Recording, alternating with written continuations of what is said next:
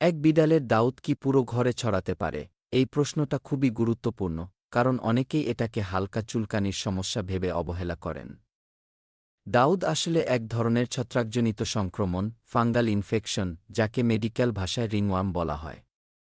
নাম শুনে কিমি মনে হলেও এর সঙ্গে কিমির কোনো সম্পর্ক নেই। এই রোগ বিড়াল, কুকুর এবং মানুষ তিনজনের মধ্যেই ছড়াতে পারে এবং এটি অত্যন্ত সংক্রামক।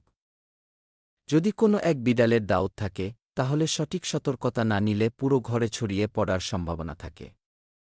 দাউদের ছত্রাক বিড়ালের লোম, ত্বকের খোসা এবং ঘরে পড়ে থাকা ধুলোর সঙ্গে মিশে যায়। বিড়াল যেখানে শোয়, বসে বা শরীর ঘষে, যেমন বিছানা, সোফা, কার্পেট, পর্দা, সেসব জায়গায় এই ছত্রাক লেগে থাকতে পারে। এমনকি বিড়ালের ব্রাশ, খাবারের বাটি বা লিটার বক্সের মাধ্যমেও ছড়াতে পারে। ছত্রাকের স্পোর অনেক দিন পরিবেশে বেঁচে থাকতে পারে, ফলে সংক্রমণ ধীরে ধীরে পুরো ঘরে ছড়িয়ে পড়ে।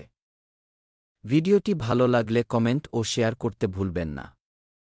এ ধরনের আরও তথ্য পেতে চ্যানেলটি সাবস্ক্রাইব করুন।